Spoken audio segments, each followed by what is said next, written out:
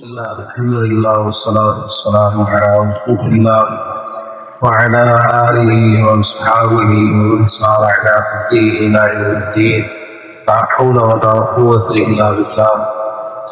معلم صبراني وصدر محدث أمة فقيه أمة سيدنا أبو هريرة رضي الله تعالى عنه وأرضاه سريعته بیان فرماتے ہیں کہ پیاری حضرت جناب محمد رسول اللہ صلی اللہ تعالی علیہ وآلہ وسلم نے ارشاد فرمایا ہے ما أهل مولد قط إلا بشر ولا خضب مطبع قط إلا بشر قيل بالجنة قال نعم.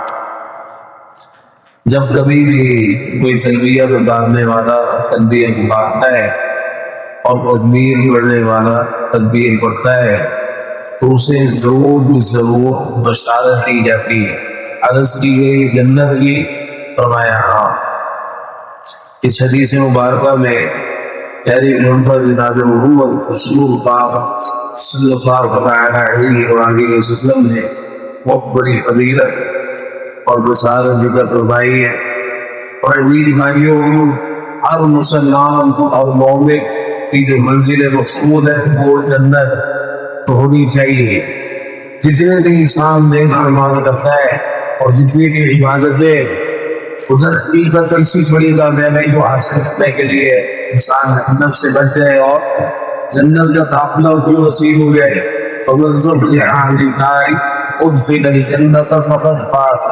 جسے جہنم سے بچا لیا گیا اور جنت میں داخل کر دیا گیا تو یقیناً وہ کامیاب ہو. اب یہ جو کامیابی ہے اس کو حاصل کرنے کے لیے چاہیے کہ ان طریقوں کا علم حاصل کرنا اور ان کو اختیار کرنا، ان کی پابندی کرنا یہ بہت زیادہ ضروری ہے. صحابہ کرام رضی اللہ عنہم وہ تو اتنے متلاشی رہا کرتے تھے کہ کہیں سے کوئی بات نیکی کی ہمیں پتہ چل جائے اور فوراً ہم اسے ساری زندگی کے لیے تیار کر لیں. یہاں اس حدیث مبارکہ میں آپ کو بظاہر ایک عمل اتنا مشکل نہیں ہے، آسان عمل ہے. آپ نے جنت کے بشارت دیے جانے کی ذکر کیا ہے اور ہر دفعہ بشارت یعنی جب کبھی انسان اپنی زبان سے بات ادا کرتا ہے اسے جہاں اور فضیلتیں حاصل ہوتی ہے اور برکت نصیب ہوتی ہے کلمات کی، وہاں جنت کی بشارت بھی اللہ تعالیٰ کی طرف سے اسے عطا کر دی جاتی. تو یہ دو میں کیا ہے؟ ایک تو تنبیہ ہے اور دوسرا تنبیہ.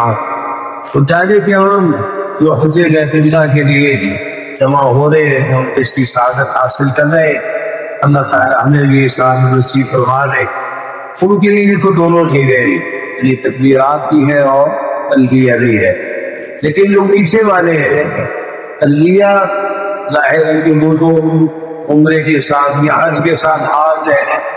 عام حالات میں ویسے تلبیہ کی کلمات بڑھتا ہے اپنے عقیدے سے اظہار کرنے کے لیے ٹھیک ہے، لیکن وہ مضبوط تلبیہ تو نہیں ہوگا.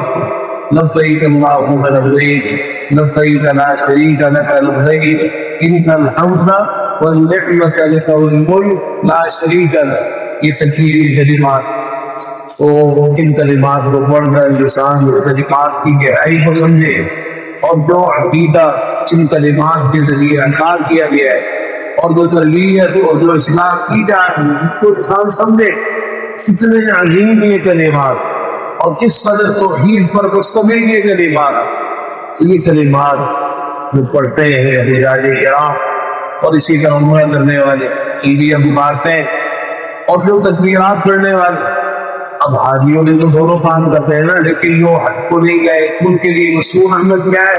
تکبیرات. ان دنوں کا خاص وظیفہ تکبیرات، اور صرف تکبیرات ہی نہیں بلکہ ان تکبیرات کی کثرت فاکتبوا فی کبیرۃ التہلیل والتکبیر والتحمیید، یہ کثرت مطلوب ہے. زیادہ پڑھو ان دنوں کے اندر لا الہ الا اللہ اللہ اکبر اور الحمدللہ. فرزین بھائیوں، اس تکبیرات پڑھ کر انسان جنت کی بشارتیں سمیٹتا ہے اس حدیث مبارکہ سے آپ نے اس چیز کو ذکر کیا ہے، اور بھی بہت سارے فضائل ہیں اور بھی بہت سارے انعامات، لیکن یہ فضیلت کی بہت بڑی فضیلت ہے۔ فضل یہ اور یہ دیکھے تھے علم کی برکت ہے کہ جب یہ فضیلت انسان اپنے ذہن سے رکھے گا زیادہ پڑھے اور پڑھے گا تو غفلت نہیں کرے گا وہ۔ اسے اگر یہ پتہ ہے کہ میں نے تجبیرات پڑھی اللہ تعالیٰ کی طرف سے جنت کی بشارت ملے گی، وہ بولے گا ایک بشارت اور مل جائے، جب پڑھے گا ایک بشارت اور مل جائے۔ تو یہ چیزیں ذہن میں رکھے اگر انسان پر اخلاق بھی زیادہ، اس سے ہزارے دیت بھی ہے اور یہ مطلوب ہے کہ جو صحاب ہے آپ کو علم ہونا چاہیے، اسی لیے بیان کیا گیا کہ انسان کو بتاؤ کہ میں یہ عمل کروں گا تو یہ عمل کروں گا تو یہ ملے گا، جس سے شوق بھی بڑھتا ہے، عمل کا لاز بھی پیدا ہوتا ہے اور اس عمل کی رغبت بھی انسان کی بڑھتی ہے۔ یہ چیز سامنے رکھ کر اگر ہم کو تجبیرات پڑھے گی، یقیناً کوئی بڑی بات ہوگی، ہم یہ سمجھ کر پڑھیں گے کہ جب بھی تجبیرات پڑھیں گے اس کے بدلے جنت کی بشارت دی ہے۔ آپ نے خالی یہ بیان فرمایا کہ آپ اسے بشارت دی، اور یہ بھی حسن کا اسلوب کیا ہے، آگے اسنا ہے حسن کا اسلوب ہے، اور پھر آپ نے پد کا لفظ بھی استعمال کی،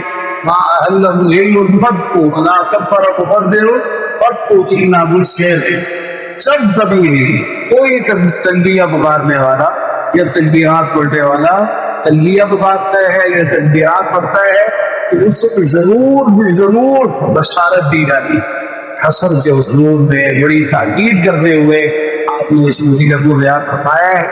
صحابہ کرام کی بات کو سمجھ گئے، بشارت کون سی ہو سکتی ہے؟ کی جنت کی، فرمایا جنت کی بشارت۔ اللہ تعالیٰ یہ طرز ہمیں میری تصویر فرما دے اور ایسے عمل بھی کرنے کی توفیق عطا فرما دے کے بدلے میں یہ اصل کامیابی جہنم سے نجات اور جنت کا داخلہ یہ ہمیں نصیب ہو جائے گے۔ ان دنوں میں اندر کثرت کے ساتھ تجبیرات پڑھ کے ہم یہ بشارتیں سمیٹیں۔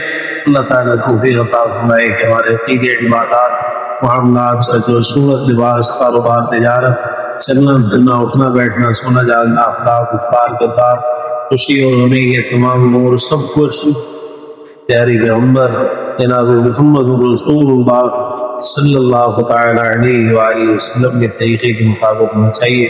ربنا تقبل منا انك انت السميع العليم وتب علينا انك انت التواب الرحيم وصلى اللهم تعالى على نبينا محمد وعلى اله وصحبه اجمعين سبحانك اللهم وبحمدك اشهد ان لا اله الا انت استغفرك واتوب اليك والسلام عليكم ورحمه الله وبركاته۔